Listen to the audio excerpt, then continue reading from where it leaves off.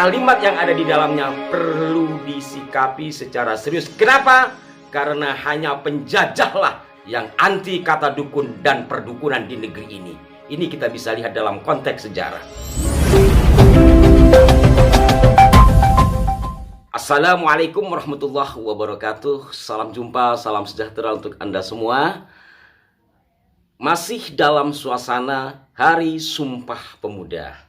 Dan tentunya kita harus memiliki semangat sebagaimana para pemuda di masa lampau yang telah menghasilkan semangat untuk mempersatukan semua elemen bangsa. Sehingga tercetuslah Sumpah Pemuda, termasuk di antaranya adalah bahasa persatuan, bahasa Indonesia. Tidak mudah untuk mencapai itu. Dan dalam rangkum Hari Sumpah Pemuda ini saya beberapa kali menerima kiriman screenshot seperti tampak dalam layar. Di situ ditulis Pesulap Merah Production ya. Saya tidak terlalu paham medsos, saya tidak punya EG atau yang lainnya. Kalau benar ini yang menulis adalah si Pesulap Merah, di mana tertulis seperti tampak dalam layar, Indonesia harus bebas dari perdukunan dan pembodohan bertema goib-goiban garis miring mistik, agamis, realistis, dan kritis. Terima kasih waktu ngobrol dan seterusnya.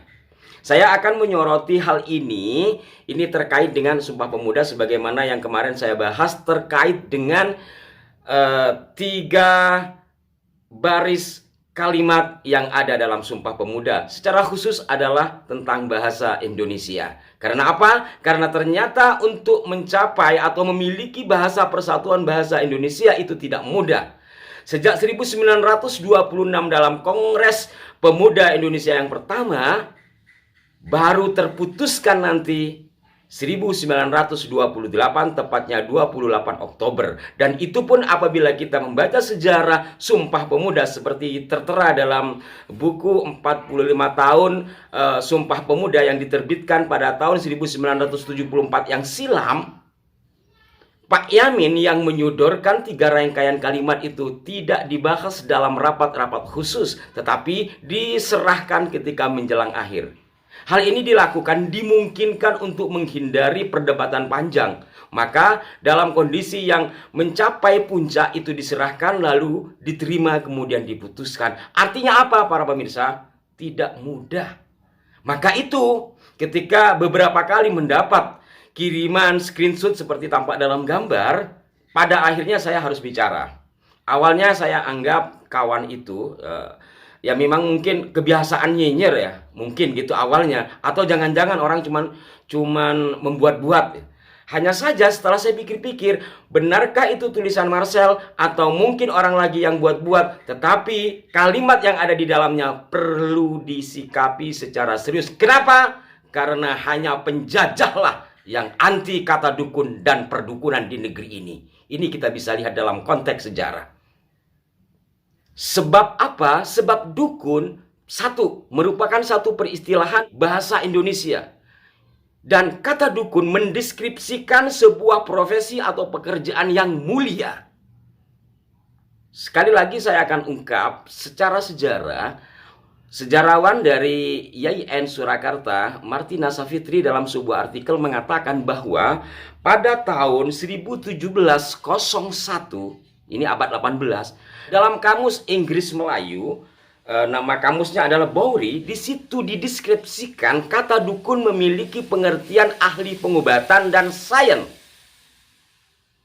Tetapi kemudian ketika Belanda masuk dan menguasai negeri ini, Belanda mulai ingin menghapus perdukunan-perdukunan yang berada di negeri ini dengan caranya bahkan juga menggerus arti kata dukun itu sendiri. Ini terbukti dalam kamus Nederlands van Indi, kata dukun dalam kamus buatan Belanda itu diartikan lebih kepada hal-hal yang mistis. Yang ini kemudian dibarengi dengan tindakan penghapusan dukun-dukun beranak di kampung-kampung. Dengan dalih bahwa perdukunan, beranak, dan yang sebangsanya itu tidak steril dan tidak modern. Inilah cara-cara penjajah. Yang pertama, ini ada kesesuaian dengan pendapat seorang penulis dari Swedia, yaitu Juri Lina. Untuk menjajah satu bangsa, pertama, hilangkan kebanggaan atas leluhurnya. Buang bukti-bukti sejarahnya. Kaburkan sejarahnya.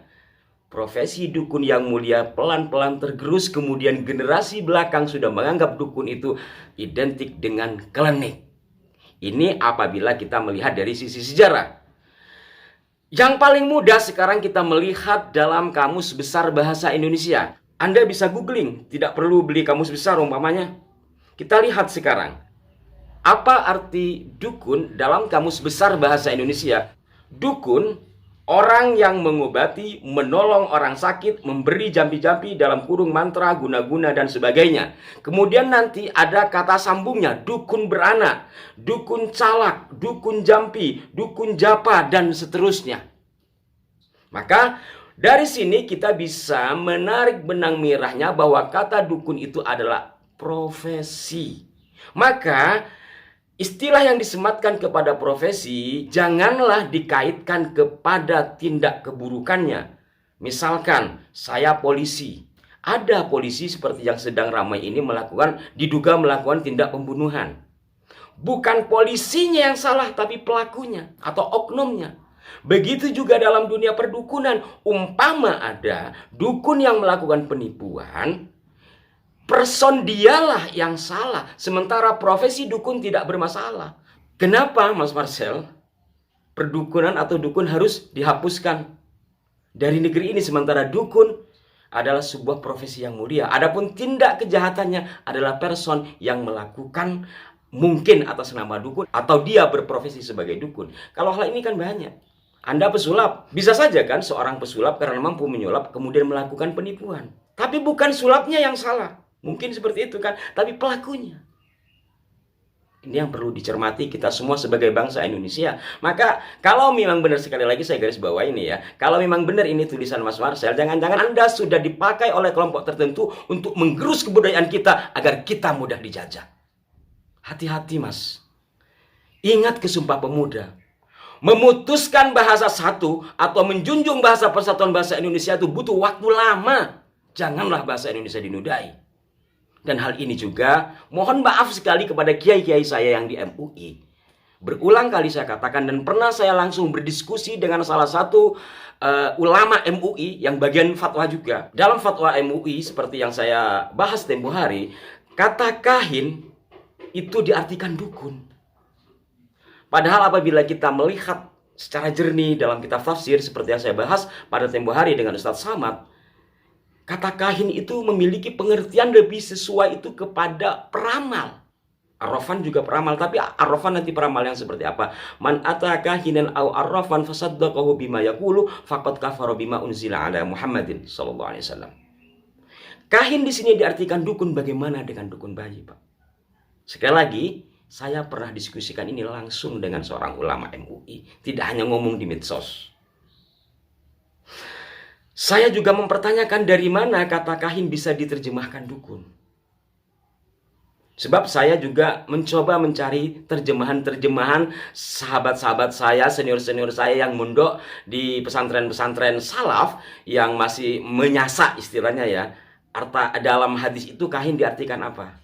Satu di antaranya saya temukan seperti ada dalam gambar ini. Jadi kahinan di situ atau kahin di situ diartikan juru bade atau tukang tebak, tukang ramal. Saya tidak tahu dari manakah beliau-beliau itu menerjemahkan kata kahin menjadi dukun. Padahal beliau-beliau tentu sudah mengaji kitab-kitab yang luar biasa seperti tafsir-tafsir dan hal lainnya dalam menganalisa kata kahin itu sendiri yang biasanya identik pada kata ramalan. Entah ramalan itu menggunakan jin atau menggunakan alat atau untuk masa depan. Maka itu kiai-kiai sepuh di pesantren dulu menerjemahkan kata kahin bukan dukun, melainkan juru bade.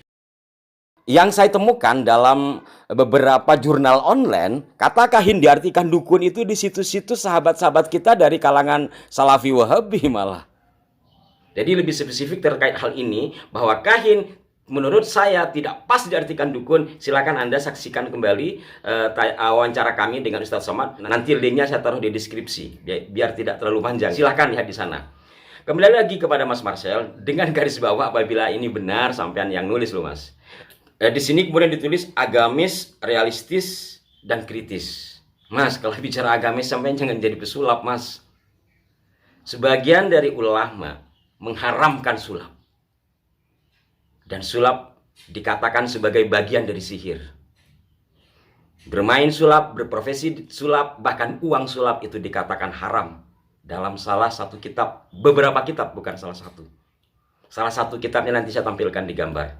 Dan apabila bagi para pemirsa yang penasaran, saya juga akan tampilkan hasil wawancara saya dengan seorang ustadz alumni beberapa pondok pesantren saat kami membahas hal tersebut. Biar tidak jadi fitnah nanti dilihat sendiri dan dikritisi secara akademis. Saya tidak menghukumi secara pribadi bahwa sulap itu haram, itu adalah pendapat para ulama. Mungkin secara umum bisa diartikan khilafiyah atau perbedaan pendapat. Hanya saja ada yang menghukumi sulap itu sama dengan sihir, hukumnya haram. Dan uangnya pun haram. Agamis dari mana, Mas? Para pemirsa sekalian, apa yang saya sampaikan ini bukan maksud untuk bantah-bantahan, tidak. Silahkan dikritisi. Silahkan diberikan masukan, yang penting demi kebaikan bersama. Karena apa? Saya dengan segala kekurangan saya ingin meluruskan sesuatu yang telah diwariskan oleh orang-orang tua kita. Dan itu telah menjadi kebaikan bagi kita bersama. Tapi belakangan ada kelompok-kelompok tertentu yang sengaja ingin merusak tatanan sejarah bangsa kita. Saya bukan menggurui, ini bagian dari kegelisahan saya sebagai orang yang insya Allah masih Indonesia. Untuk sama-sama mencintai Indonesia. Mohon maaf sekali lagi jika ada kehilafan dari apa yang saya sampaikan. Marilah kita bersama-sama menumbuhkan rasa cinta kepada tanah air dan semua hal yang oleh Allah dianugerahkan di negeri ini. Wallahul muwaffiq ila aqwamit thoriq. Wassalamualaikum warahmatullahi wabarakatuh. Sampai jumpa.